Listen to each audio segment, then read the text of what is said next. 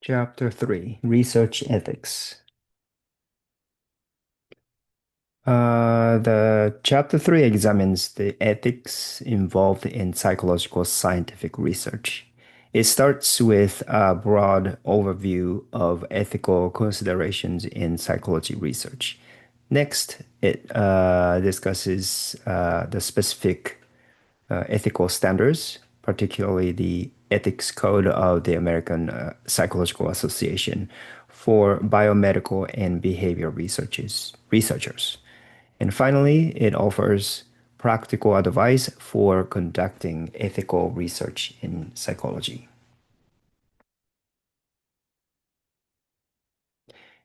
Ethics is the branch of philosophy that examines morality, what it means to act morally, and how individuals can succeed in doing so. It can also mean a set of principles and practices that offer moral direction in specific fields. These include ethics in business, medicine, teaching, and scientific research. As the initial examples show, many ethical dilemmas can emerge in scientific research, especially when human participants are involved. Therefore, it's helpful to start with a broad framework for analyzing these issues. In 1998, The Lancet published an article linking the MMR vaccine to autism, causing many parents to skip vaccinations and increasing disease risks. Several follow-up studies failed to find this link. Now, it turns out this 1998 study was flawed.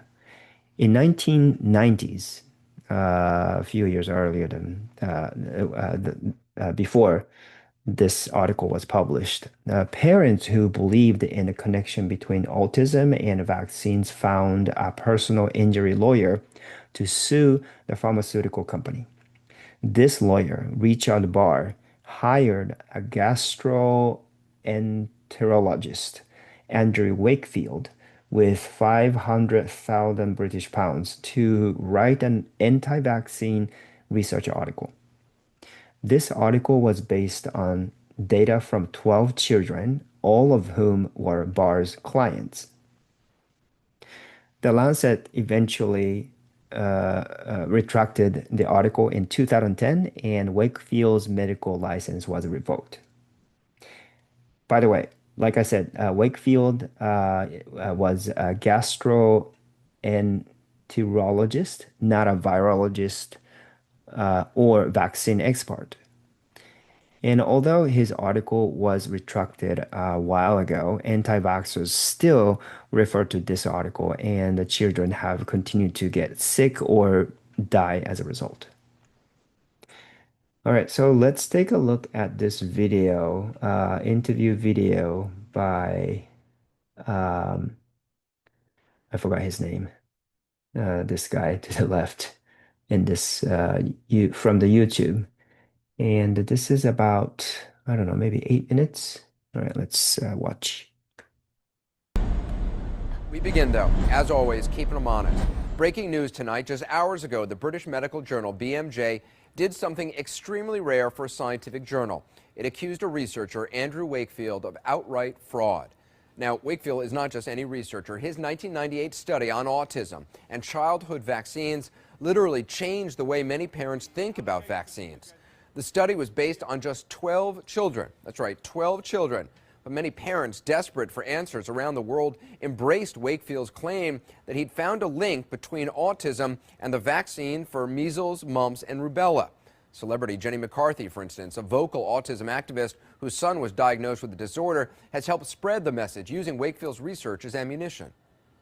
Without a doubt in my mind, I believe vaccinations triggered Evan's autism. You know, environmental toxins play a role, viruses play a role. Those are all triggers. But vaccines play the largest role right now, and something needs to be done. We are in a very intelligent group of people that understand that vaccines save lives.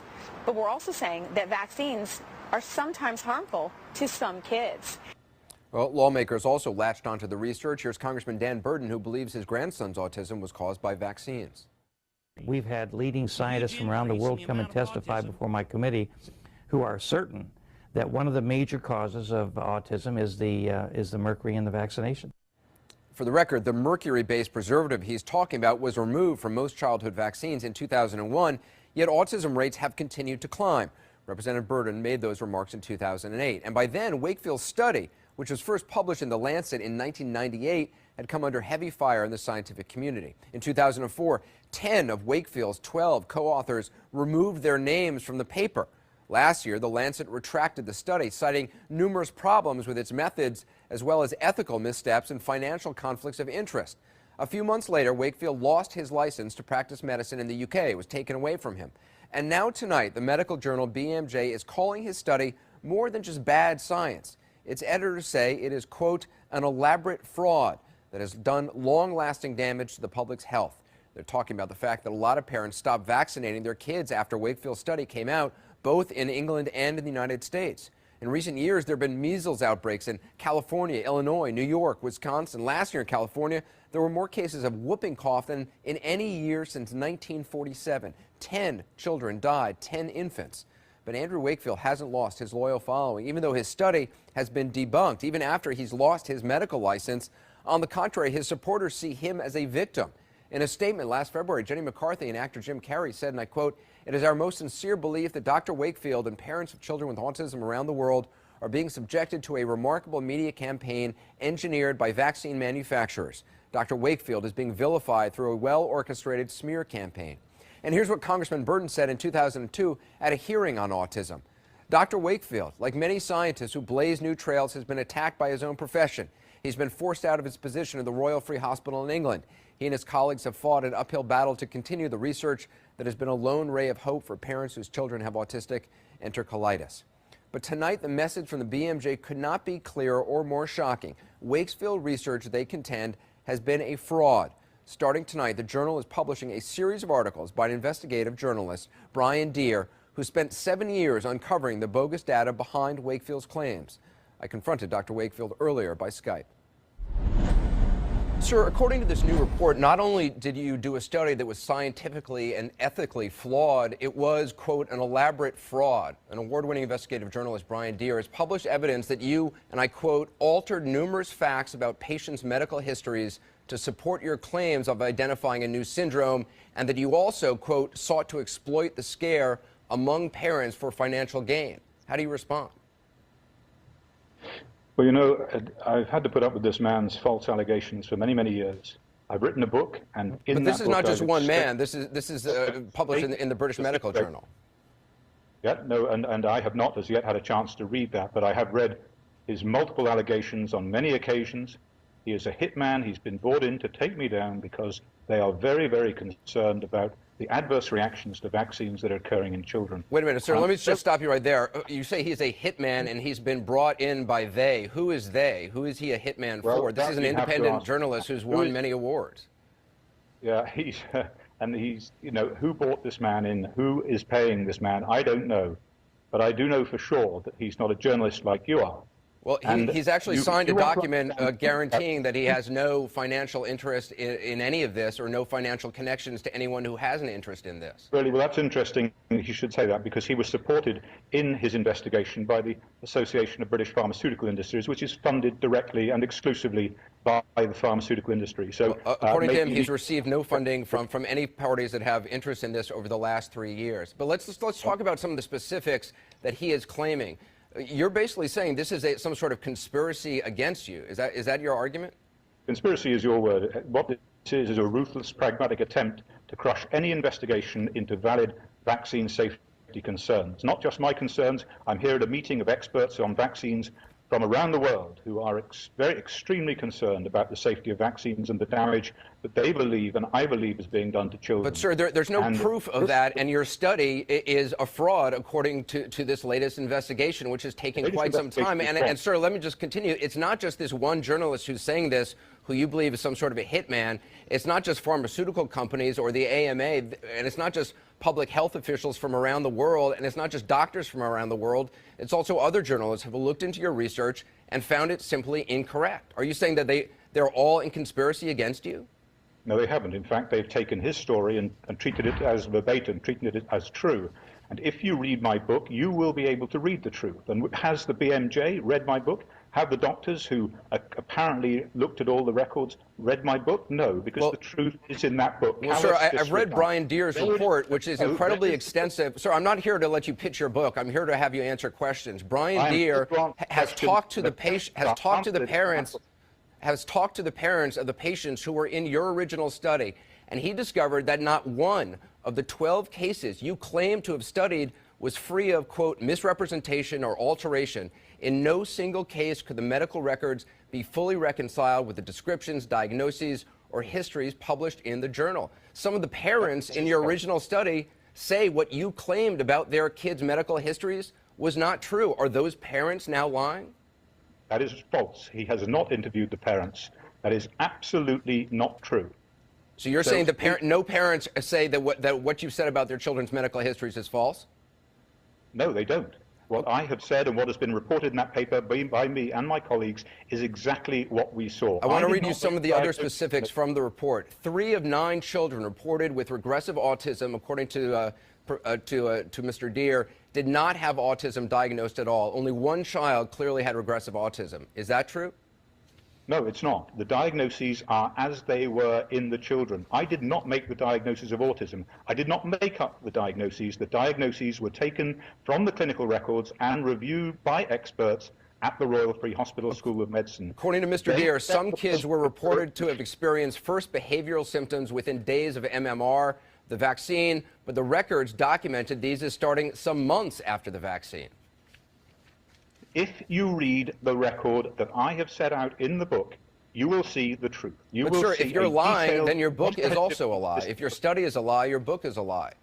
The book is not a lie. The study is not a lie. The findings that we made have been replicated in 5 countries around the world. Sir, that's not true. You've been offered the chance to replicate your study, and you've never taken anybody up on that. You've had plenty of opportunity to replicate your study. You just accuse me of giving you a falsehood. I am telling you that this work has been replicated in 5 countries around the world. Then why has it been completely discredited by public health officials around the world? I suggest you do your investigation properly before making such allegations. Okay, you can. This is part 1 out of 2, and you can look for the part 2 video on YouTube. But unfortunately, Wakefield's argument is very weak because all he's saying is that read my book, instead of saying that read all the peer-reviewed journal articles.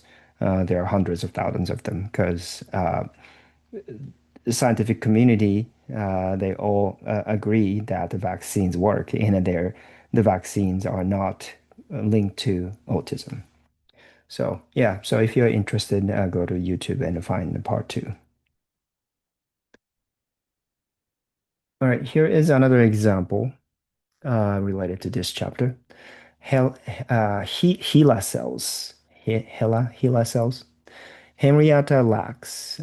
She was a 30-year-old black tobacco farmer from Southern Virginia who was diagnosed with cervical cancer. She sought the treatment at the university hospital where researchers took a sample of her cancer cells. Unfortunately, she passed away soon after. However, a day after the sample was taken, researchers were surprised to find that the cancer cells were still alive, a phenomenon that had never occurred before with this particular sample. No human samples survived before her cell. So that was a huge news for researchers. So they decided to share the cells with several research facilities across the United States for further study. Over time, Henrietta Lacks cells became crucial in the development of the polio vaccine and were used in groundbreaking scientific achievements, including cloning, gene mapping, and in vitro fertilization. And some researchers who obtained the cells, now known as HeLa cells, HeLa cells, began selling them for hundreds of thousands of dollars. I don't know how much, but it was originally free, but now they are selling those cells and they're profiting from them. Now, what's surprising is that Henrietta and her family, including her children and grandchildren, had no idea about all this. Researchers took her sample without her or her family's consent. They didn't know her cells were helping develop vaccines and advancing science until writer Rebecca Skloot investigated the HeLa cells decades later. Her book, The Immortal Life of Henrietta Lacks, tells their story. The Henrietta cells are being sold even though they were originally given away for free, but her family has not received any financial compensation. Since her cells are out there, her family's DNA information has been exposed without their knowledge. They are also angry because they thought researchers had created a clone of her using HeLa cells without telling them. Even though cloning Henrietta did not happen, it's essential to understand their frustration as they don't fully grasp these scientific studies. Now, recently, the university decided to establish a committee that includes at least one person from Henrietta's family or descendants to review any research involving the HeLa cells. The university also named one of the research facilities after Henrietta. Her story serves as a great example for highlighting the need to discuss ethics in scientific studies. This table offers a framework for understanding the ethical considerations in psychological research. The rows depict four core moral principles relevant to scientific work: balancing risks and benefits, acting responsibly and with integrity, seeking justice, and respecting people's rights and dignity. These principles are adopted from the American Psychological Association, or APA, Ethics Code. The columns highlight three groups who are affected. One is research participants, the second is scientific community, and the last one is society. A comprehensive ethical evaluation of any research should consider how each of these four principles applies to each of these groups. In the next several slides, we will discuss each of the moral principles. Weighing risks against benefits. Scientific research in psychological science is ethical only when its benefits surpass the risks. Risks to participants include the possibility that treatment might be ineffective or cause harm. Procedures could lead to physical or psychological injury, and privacy might be compromised. Potential benefits for participants include receiving effective treatment, gaining psychological insights, experiencing the fulfillment of contributing to science, or earning compensation like money or course credits. Additionally, research poses risks and benefits to the scientific community and the society as a whole. A risk for science is that research questions that are not interesting or studies that are poorly designed may lead to wasted time, money, and effort that could have been better invested in more valuable research. Depending on a context, societal risk may be more significant. Research findings may be misinterpreted or misused, leading to harmful effects. For example, the research that falsely claimed a link between the MMR vaccine and autism caused such harm, resulting in the actual death of many children.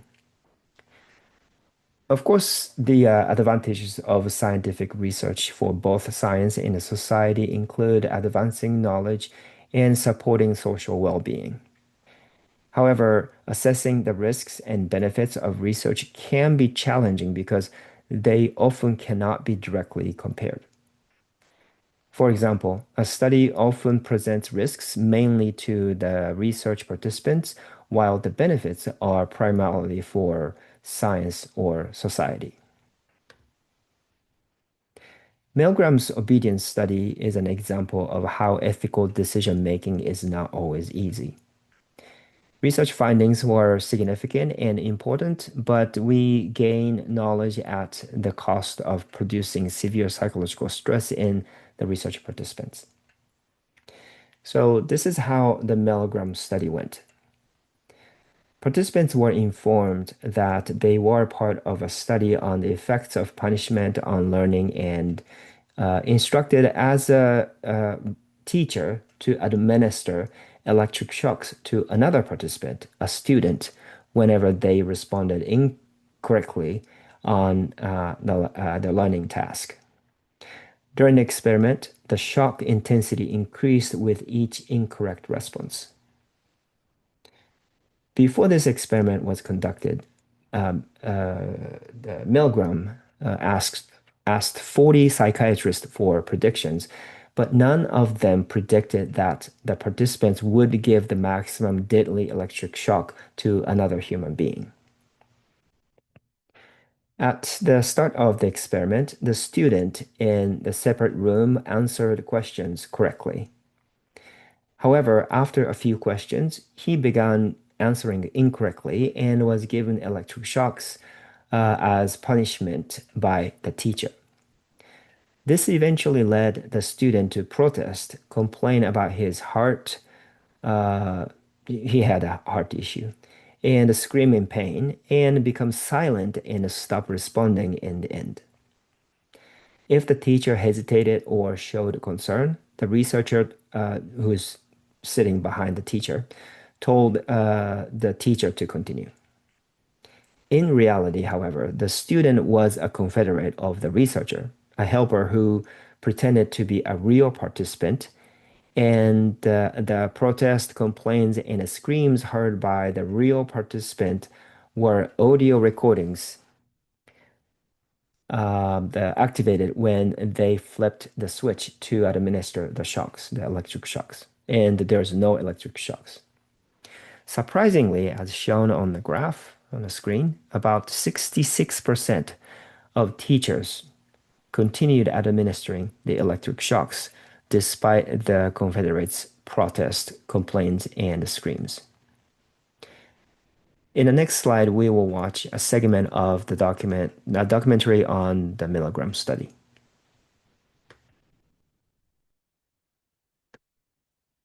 In a unique period from the early 60s to the early 70s, a group of social scientists conducted a series of experiments examining the nature of human behavior and its relationship to social conventions and situations. In this setting, I allow things to be done to me that I wouldn't allow in any other context. The dentist is about to put an electric drill into my mouth. In this setting, I willingly expose my throat to a man with a razor blade. Stanley Milgram, one of the most influential social psychologists of the time, was particularly fascinated with the dangers of group behavior and blind obedience to authority. What is there in human nature that allows an individual to act without any restraints whatsoever, so that he can act inhumanely, harshly, severely, and in no way limited by feelings of compassion or conscience? These are questions. But he might be dead in there. The experiment requires that you continue teaching. 330 volts. The experiments that Milgram and others conducted were controversial, and for ethical reasons may never be conducted again. Yet the results of those experiments remain groundbreaking, profoundly revealing about the tensions between the individual and society, and increasingly relevant to contemporary life.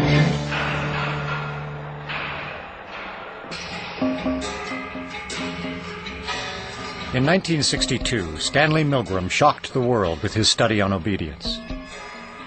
To test his theories, he invented an event that would become a window into human cruelty. In ascending order, a row of buttons marked the amount of voltage one person would inflict upon another. Milgram's original motive for the experiment was to understand the unthinkable, how the German people could permit the extermination of the Jews. When I learn of incidents such as the massacre of millions of men, women, and children perpetrated by the Nazis in World War II, how is it possible, I ask myself, that ordinary people, who are courteous and decent in everyday life, can act callously, inhumanely, without any limitations of conscience? Now, there are some studies in my discipline, social psychology, that seem to provide a clue to this question. The problem I wanted to study was a little different. It went a little bit further. It was the issue of authority. Under what conditions would a person obey authority who commanded actions that went against conscience? These are exactly the questions that I wanted to investigate at Yale University. It is May 1962.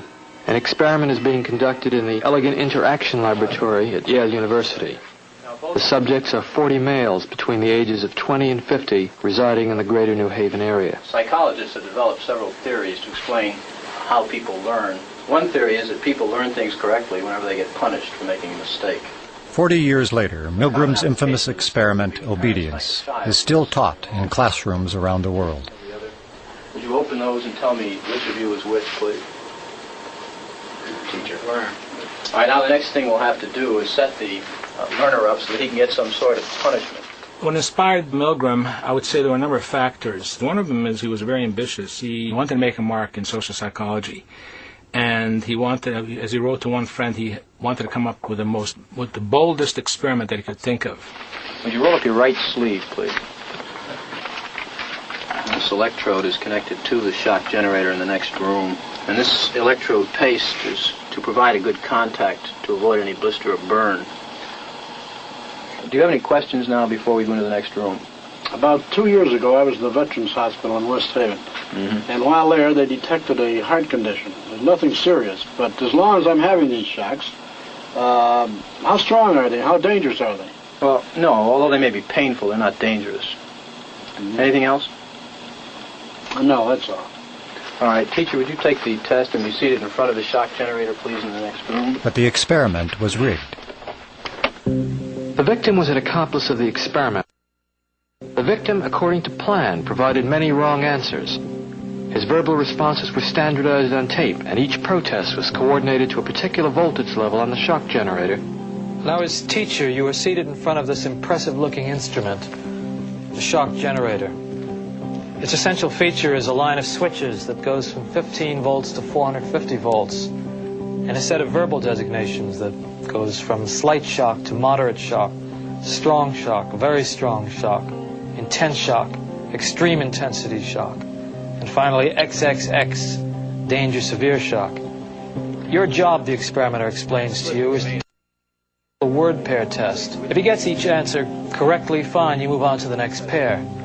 But if he makes a mistake, you are instructed to give him an electric shock, starting with 15 volts, and you increase the shock one step on each error.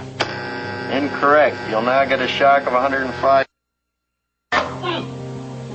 Hard hit. Just how far can you go in this thing? As far as is necessary. What do you mean, as far as is necessary? Milgram was very much aware that obedience is a necessary ingredient for society to function. But he focused on the darker side of obedience. Incorrect. 150 volts. Sad face. Wait a minute. That's all. Get me out of here. I told you I had heart trouble. My heart's starting to bother me now. It's absolutely essential that you continue. You got no other choice, teacher. Oh, I have a lot of choices. My number one choice is that I wouldn't go on if I thought he was being harmed. Now, this man makes disobedience seem a very rational and simple deed. Now, other subjects respond quite differently to the experimenter's authority. Wrong. It's hair. 75 volts, Jim. Please continue. Some psychologists were troubled by the ethics of it. Many, if not most subjects, found it a highly stressful, conflicted experience. People are stammering, stuttering, laughing hysterically, inappropriately. 150 volts. Experiment. That's all. Get me out of here. I told you I had heart trouble. My heart's starting to bother me now. Get me out of here, please. Let me out of here. You have no right to keep me here. Let me out. Let me out of here. Let me out. Continue, please. Let me out of here. My heart's bothering me. Let Go me on. out. Let me out. Clearly, when we say people went to the top of the chalkboard, it wasn't like they were going blithely, sadistically. People went stop and go, stop and go. They were in a state of conflict, which created a tremendous amount of stress. So that was the main critique. This will be at 3:30.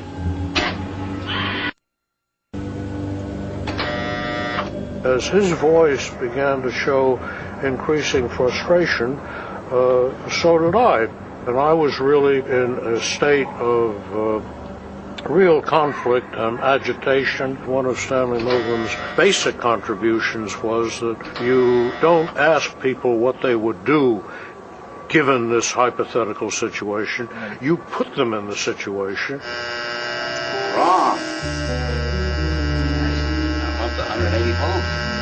Please continue, teacher. 180 volts. I can't stand the pain. Let me out of here. Can't stand it. I'm not going to kill that man there.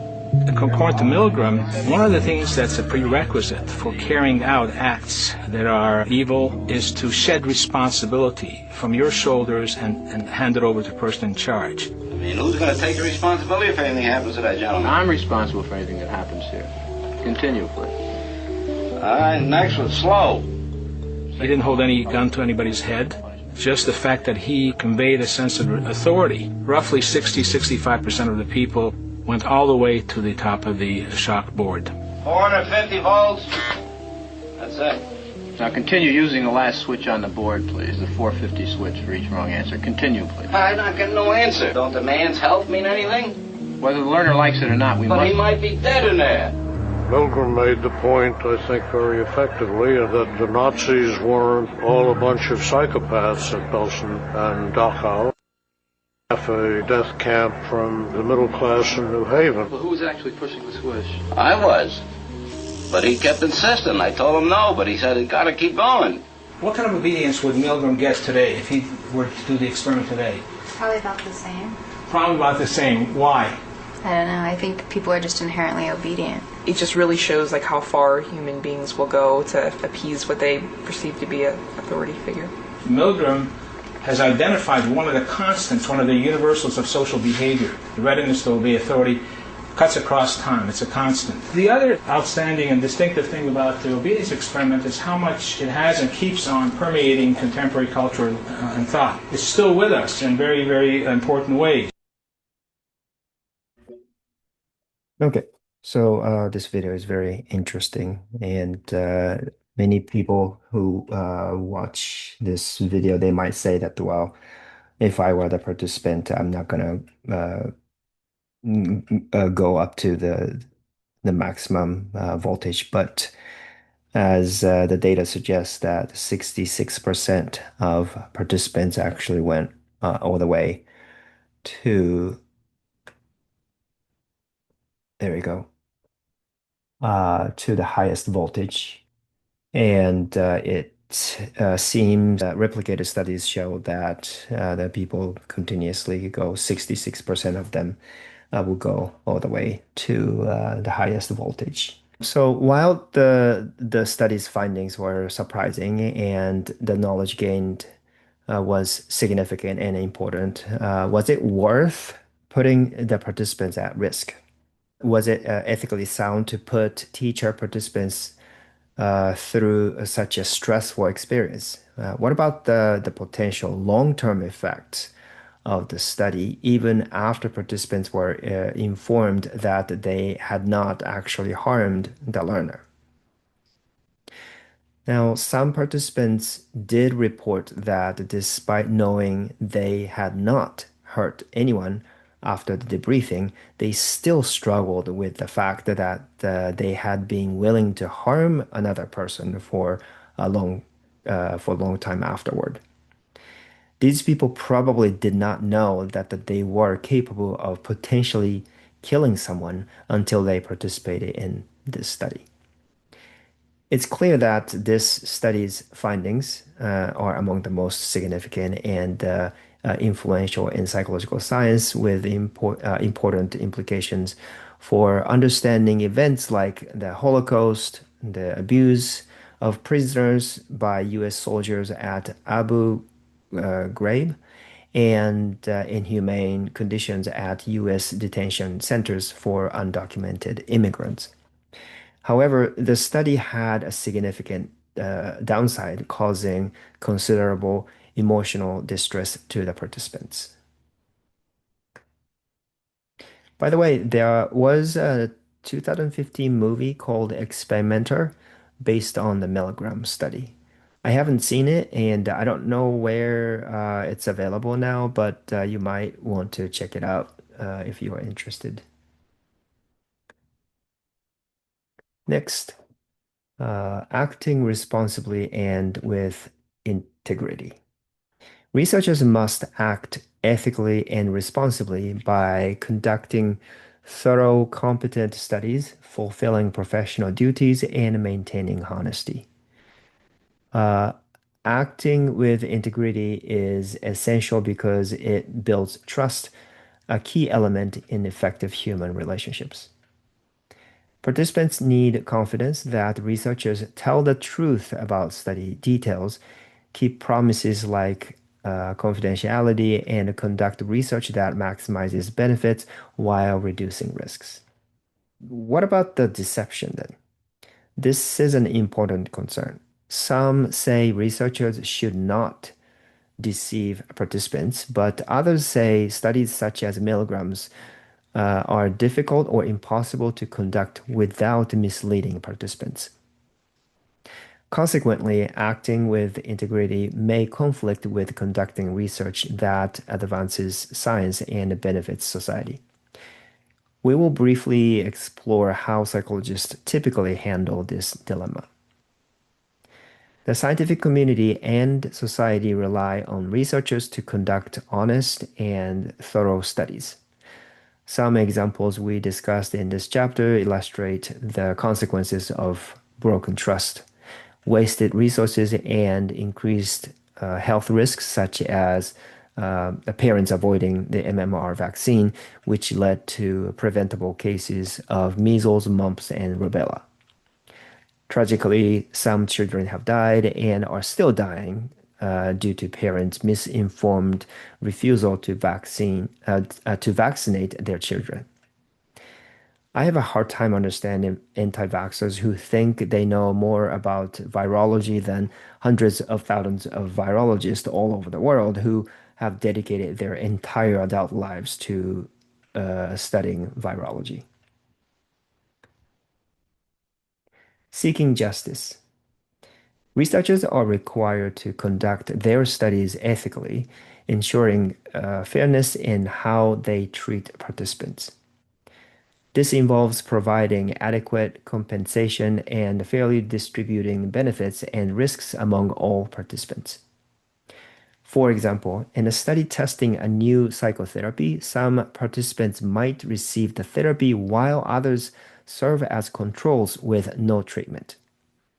If the therapy proves effective, it would be fair to offer it to the control group after the study concludes. On a societal level, certain groups, such as those who are institutionalized, disabled, or belong to racial or ethnic minorities, have historically faced disproportionate risks from research. Tragic example of this is the Tuskegee syphilis study. This was done from 1932 to 1972, where poor African American men in Tuskegee, Alabama, were misled into believing they received treatment for bad blood when they were actually observed to study untreated syphilis like animals in an experimental cage. They were offered free food and free healthcare in exchange for participating in the study. Even after penicillin became standard treatment in the 1940s, these men were denied treatment without the option to leave. The study ended only after journalists and activists revealed its details. Today, it is widely acknowledged that researchers must consider justice and fairness at the societal level. In 1997, 65 years after the Tuskegee syphilis study began and 25 years after its conclusion, President Bill Clinton officially apologized on behalf of the US government to those affected. The apology states, "Today, America honors the hundreds of men who were unknowingly and unwillingly part of this research. We, res we respect them and their families. These men, mostly poor and African American, with few resources and limited choices, believed they could find hope when offered free medical care by the United States Public Health Service. Sadly, they were betrayed." Unfortunately, the US government did not stop there. We also, as the US government, government conducted the exact same study in Guatemala in the 1940s. They purposely infected Guatemalans, including the prison inmates, men and women, and mental patients with syphilis from infected prostitutes. President Obama formally apologized in 2010. Researchers must uphold individuals' rights and dignity, including respecting their autonomy, their right to make decisions and act freely without coercion. A key aspect is informed consent, which requires researchers to provide participants with all relevant information before obtaining and documenting their agreement to participate. For example, in the Tuskegee study or the Guatemala study, participants consented, they actually consented, but they were not told they had syphilis or would be denied treatment. If they had been informed, no one would have agreed, obviously. Participants in Milgram's study faced highly stressful situations that could have caused psychological harm. Many showed clear signs of distress, such as trembling, sweating, stuttering, nervous laughter, biting their lips, or digging their nails into their palms. 3 participants experienced uncontrollable seizures, and many begged to halt the experiment. If they had been informed about these intense psychological effects beforehand, it is likely many would have refused to participate. In all of these examples, participants did not give a fully informed consent. Respecting people's rights and dignity also involves honoring their privacy, the right to control what information is shared about them. An example is the HeLa cells, which contain the DNA information of all descendants of Henrietta Lacks. Researchers must keep confidentiality, meaning they agree not to disclose participants' personal details without consent or proper legal authorization.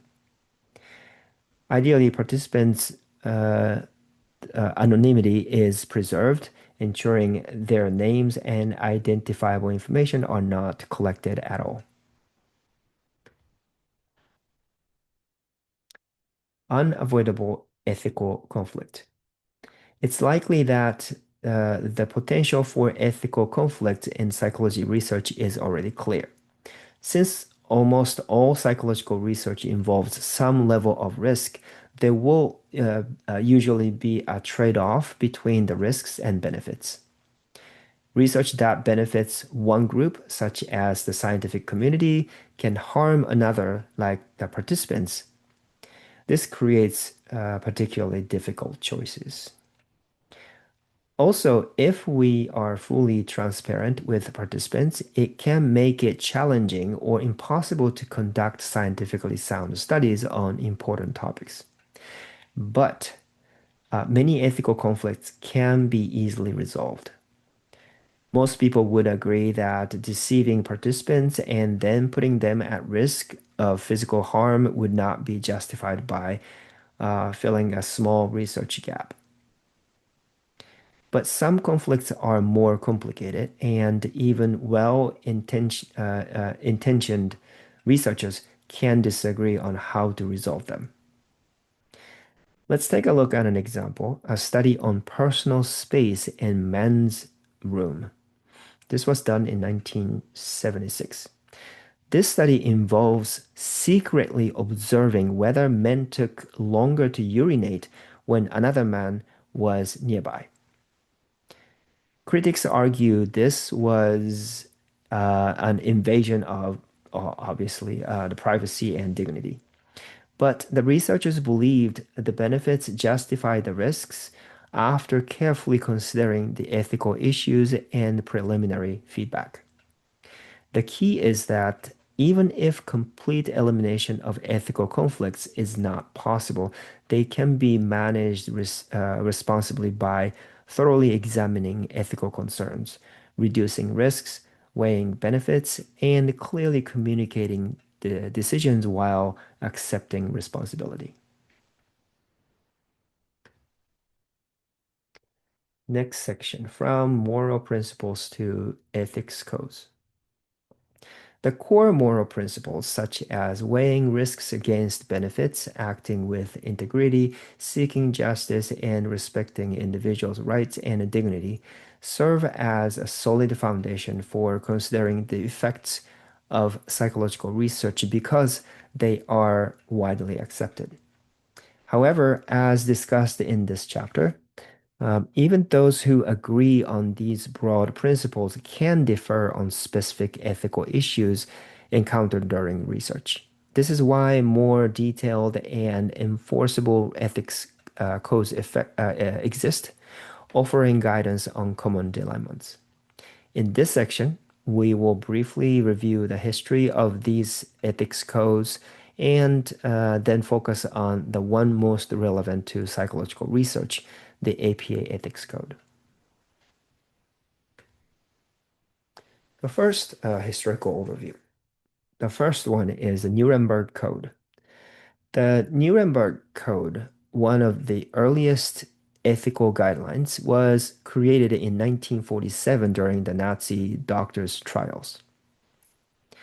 It consists of 10 principles that set a standard for evaluating conduct, with many accused ultimately convicted and sentenced to imprisonment or death. The code stressed the importance of carefully weighing risks against benefits and underscored the need for informed consent. The Declaration of Helsinki. This is established by the World Medical Association in 1964, serves as a comparable ethical guideline. It added new standards to the Nuremberg Code, such as the mandate that research involving human subjects must follow a written protocol, a detailed plan reviewed by an independent committee. This declaration has been revised several times, with the most recent update in 2004. In the United States, concerns about unethical research practices like the Tuskegee study prompted the creation of the Belmont Report in 1978, which sets out federal guidelines.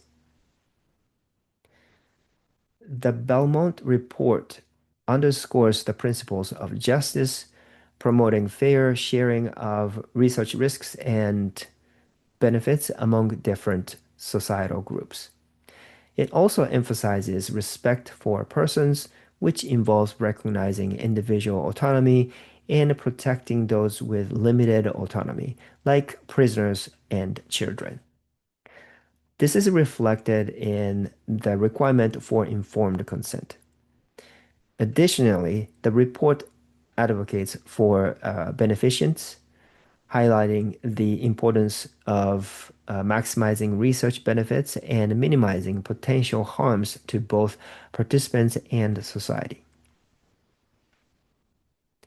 The Tuskegee study we discussed earlier clearly demonstrates how a study can violate all three components of the Belmont report, which are seeking justice, respect for persons, and beneficence.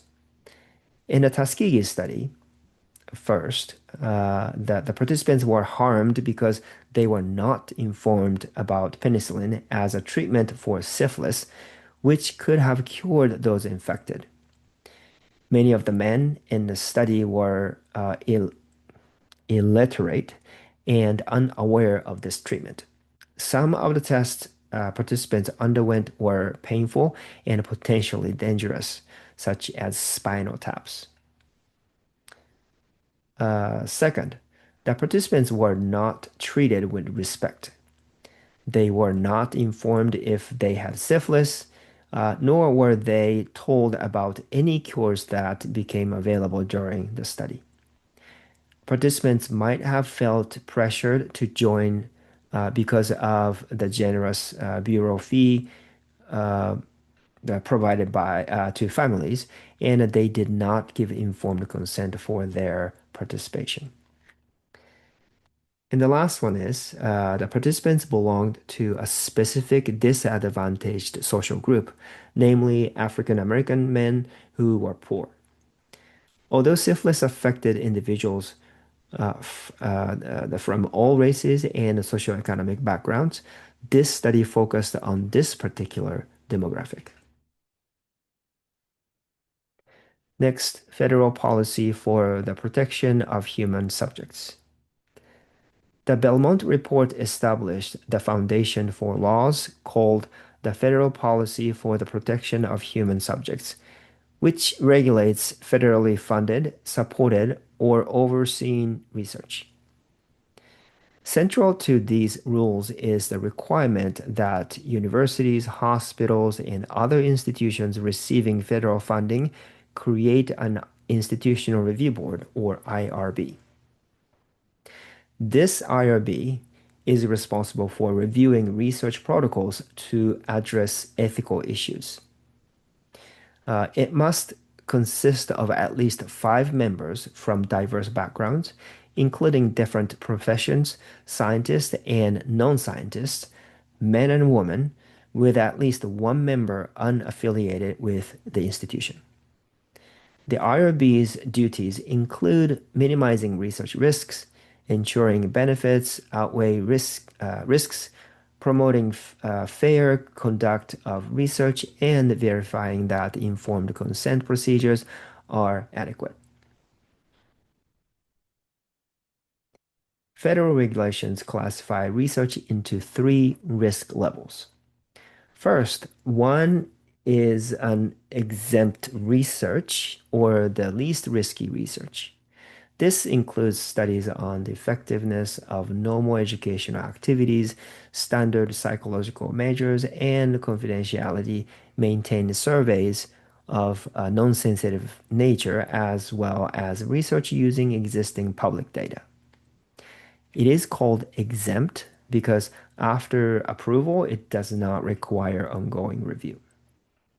Second, expedited research involves a slightly higher risk, but still poses risks no greater than minimal, similar to those faced by healthy individuals during daily activities or routine exams. This review is carried out by a single IRB member or a separate committee under IRB authority, usually limited to minimal risk studies. Finally, research exceeding minimal risk that does not qualify for exempt or expedited review must undergo full IRB board review. Typically, the IRB committee invites the researcher for the discussion so that they can directly answer questions from the committee members. APA Ethics Code. The APA's ethics ethical principles of psychologists and code of conduct, also called the AP Ethics Code, was first published in 1953 and has been updated several times, most recently in 2016. Now, the textbook says, I believe, 2010, but the most recent one was 2016. It contains around 150 specific ethical standards that psychologists and their students are expected to adhere to. Much of the code deals with clinical practice issues such as advertising services, setting and collecting fees, and managing personal relationships with clients. For this course, we focus on Standard 8, Research and Publication, which is most relevant. Although we will present Standard 8 in full, we will pay special attention to its key parts, such as informed consent, deception, debriefing, use of non-human animal subjects, and scholarly integrity. Informed consent. Standards 8.02 to 8.05 emphasize informed consent. This process requires obtaining and documenting participants' agreement to take part in a study after providing them with all relevant information that could affect their decision to participate. It is sort of a contract between the researcher and the participant, covering details such as the procedure, possible risks and benefits, the right to decline or withdraw at any point, the consequences of withdrawal, I cannot say this word, withdrawal, and any legal limitations on confidentiality. Some states require researchers to report instances of child abuse or other crimes to authorities if they become aware of such information. While obtaining informed consent usually involves participants reading and signing the consent form, this does not cover the entire process. Although this step may be enough for competent adults with the necessary ability and motivation, many participants either do not read the consent forms or read them without understanding. For example, some mistake the consent forms for legal documents and think that signing them means they waive their right to sue the researcher. Therefore, even with capable adults, it is recommended to also inform participants about the risks and benefits, show them the procedures, encourage questions, and remind them of their right to withdraw at any time beyond just signing the form. In some cases, informed consent is not required. This is true when the research is harmless, involves simple procedures, or occurs during routine activities. For example, watching whether people open doors outside a public building does not need their consent. Similarly, a college instructor comparing two teaching methods across different sections does not have to get the students' informed consent. Next, deception. Deception in psychology research can take many forms, including misinforming participants about the study's purpose, using confederates, and creating fake equipment such as Milgram's shock generator. Researchers may also provide false feedback on participants' performance, like telling them they did poorly on a test when they actually performed well. It also involves not fully informing participants about the research design or true purpose, even if they are not actively misled. For instance, a study on incidental learning, learning without deliberate effort, might have participants read a list of words before taking a memory test. While they might assume the test will require recalling the words, it could instead ask them to remember the room's contents or the appearance of the research assistant. Some researchers claim that deceiving research participants is not ethically justifiable in most cases. They argue that it denies participants the opportunity to give genuinely informed consent, erodes their dignity, may cause distress, produce distrust, and leads to less honest responses and can harm the reputation of researchers. It's important to note that the APA Ethics Code takes a more nuanced approach, allowing deception when the benefits of a study outweigh the risks. Harm to participants is unlikely, the research question cannot be answered without deception, and participants are informed about the deception as soon as possible. This recognizes that not all deception is equally damaging. For instance, Milgram's study involved significant deception that caused severe psychological stress, whereas an incidental learning study's memory test closely matches participants' expectations, involving only minor differences. The code also acknowledges that some important scientific and social questions are tough or impossible to answer without deception. Debriefing. Standard 8.08 addresses debriefing, which involves promptly informing research participants about the study's purpose, disclosing any deception, and correcting misconceptions gained during participation. Debriefing also seeks to reduce potential harm. For instance, in an experiment examining how sadness impacts memory, participants might be made sad by thinking sad thoughts, watching a sad video, or listening to sad music.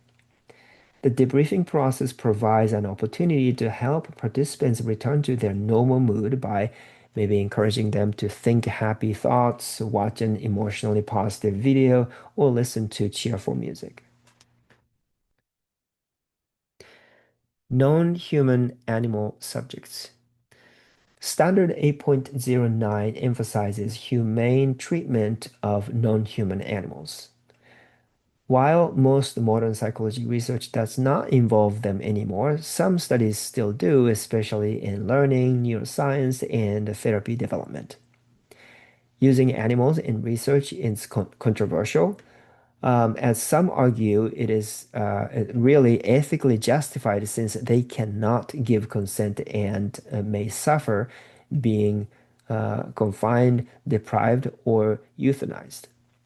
But I bet these people eat meat on a regular basis, right? Others highlight significant benefits such as medical advances and alternatives to harmful population control methods.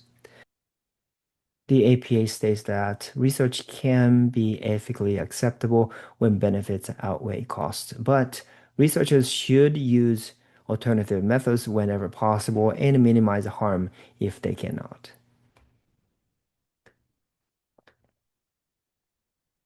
Scholarly integrity. Standards 8.10 to 8.15 focus on scholarly integrity, highlighting basic principles such as avoiding data fabrication and plagiarism.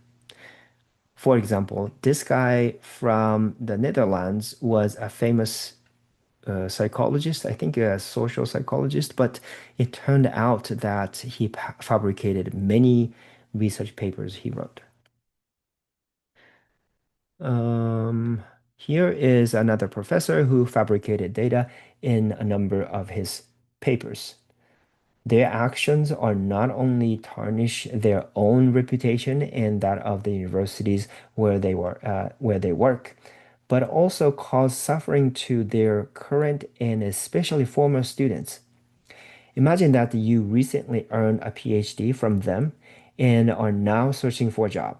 And you cannot switch your mentor now because you have already graduated. So you are permanently labeled as the fraud process professor's student.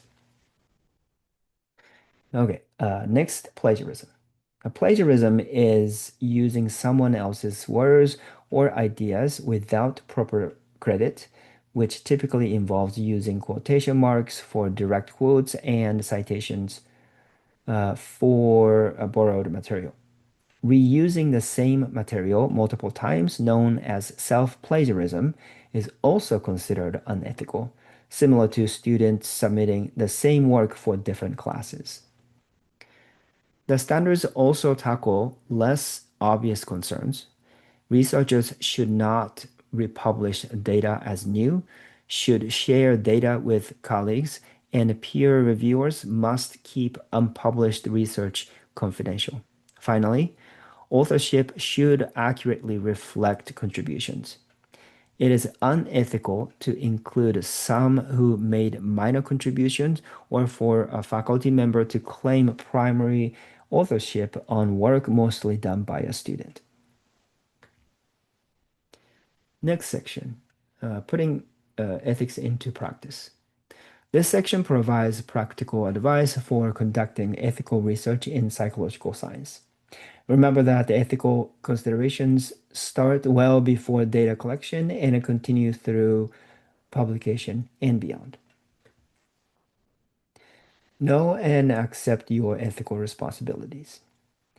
According to the introduction of the APA Ethics Code, lack of awareness or misunderstanding of an ethical standard is not itself a defense to a charge of unethical conduct.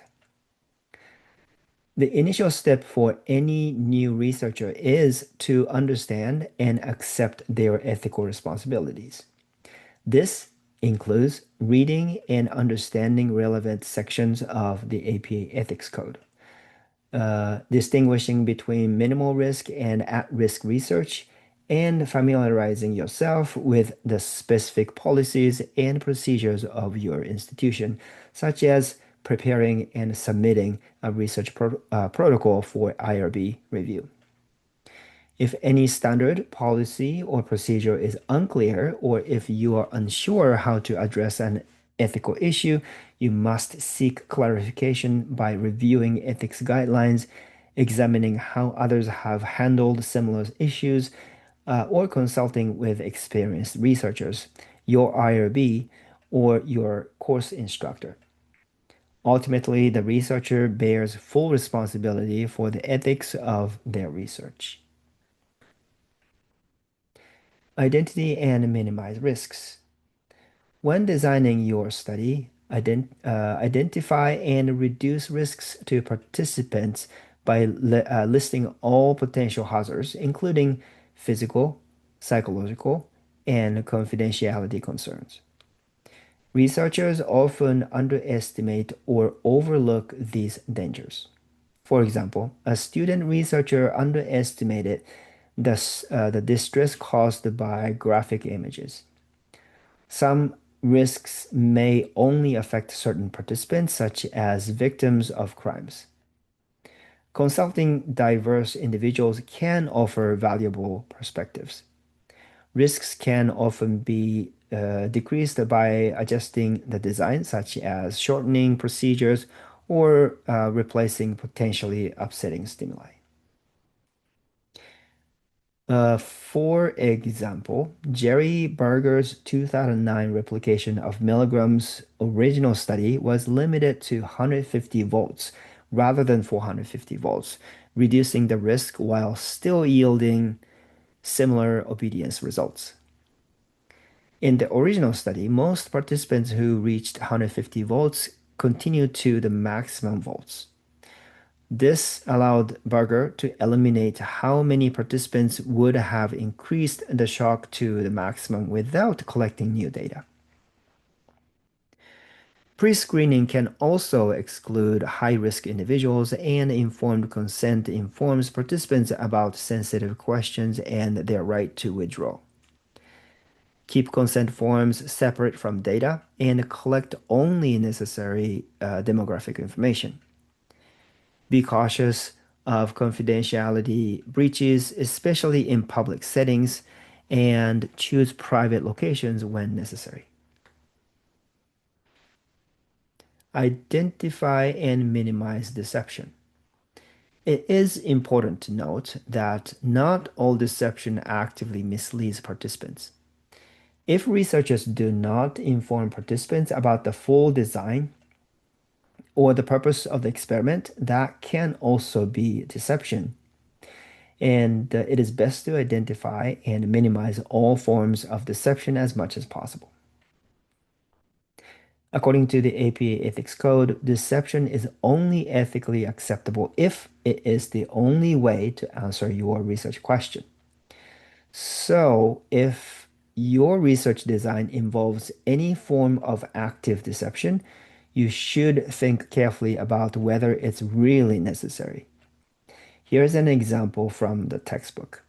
Imagine you are interested in exploring whether knowing the professor's age affects students' expectations about their teaching ability. In one scenario, participants are told that they will be shown pictures of professors and rate their teaching ability. However, if these pictures are not of the actual professors, it would be a deception. One way to eliminate this deception would be to ask participants to imagine the pictures are of professors rather than stating outright that they are pictures of professors. After collecting data, you reveal your research question during debriefing before you let the participants go. For example, after the data collection is over, tell participants that you wanted to investigate if the age of professors influences people's expectations about their teaching ability. It's totally acceptable because this information is unlikely to influence people's decision to participate in the study, but most of all, it could compromise the results.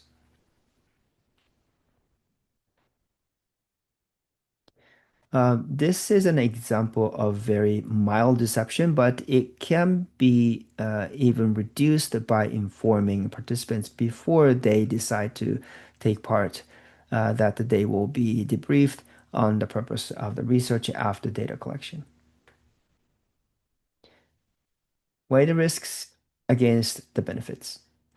After identifying and minimizing research risks, you need to compare them with the benefits.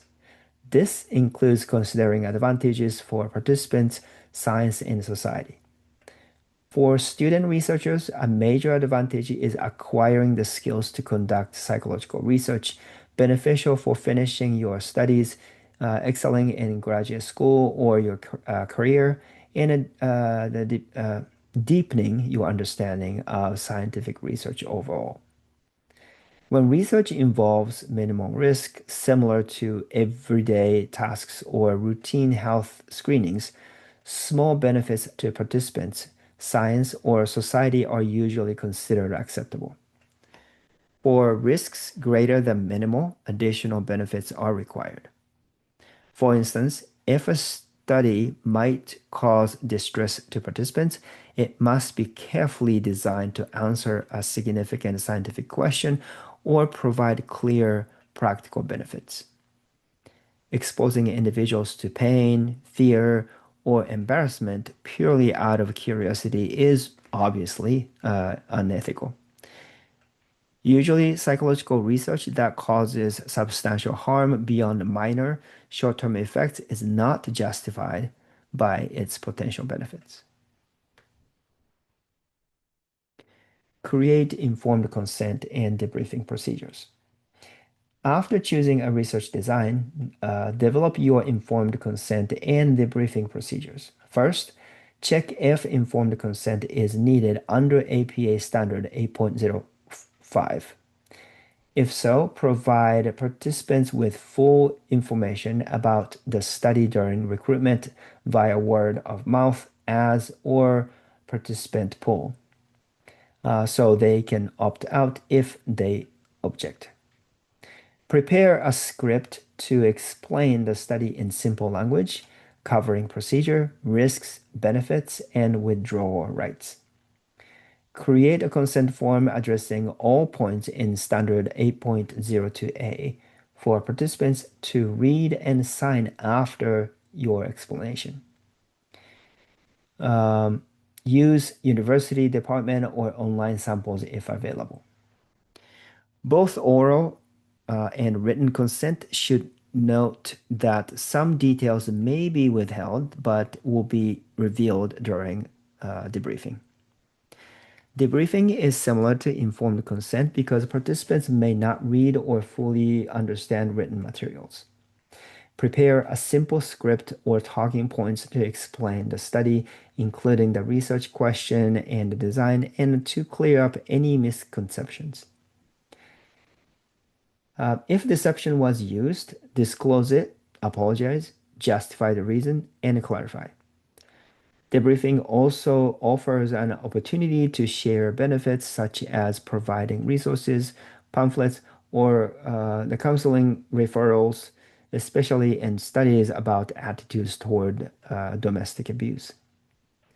Don't forget to set aside enough time for the informed consent and the debriefing processes because if you rush through them, they will not be effective. This is the last slide. Get approval. The next step is to obtain institutional approval for your research following your institution's or course's specific policies and procedures. This typically involves creating a protocol that outlines the study's purpose, research design, methods, potential risks, and benefits, measures to mitigate risks, and procedures for informed consent and debriefing. View the approval process not just as a hurdle, but as an opportunity to reflect on the ethical aspects of your research and to seek feedback from others with diverse experiences and perspectives. No matter how thoroughly you prepare your IRB application, there's still a possibility that the IRB will raise numerous questions or concerns after submission. This process can be frustrating, especially since the IRB committee chair or members may not always be familiar with psychological science research. Be patient and respond promptly and honestly. Follow through. Your ethical responsibilities extend beyond simply obtaining institutional approval for your study. It is crucial to stick with the approved protocol and seek additional approval for any significant modifications. During the research, monitor participants for unexpected reactions and collect their feedback during debriefing. A common criticism of Milgram's study is that although he was initially unaware of the strong negative reactions, he should have made adjustments after noticing these responses following the first few participants. Additionally, stay alert to prevent confidentiality breaches by ensuring consent forms and data are securely stored separately, minimizing the risk of unauthorized access to participants' personal information. Lastly, maintain integrity throughout the publication process and after. Talk to colleagues early on about authorship and author order and steer clear of plagiarism. Keep in mind that your goal is to accurately understand the world, and it's your responsibility as a researcher to report your findings honestly. Do not falsify data or manipulate results, obviously. And unexpected findings can be more valuable than the ones you anticipated. Okay, so this is the last slide of this chapter.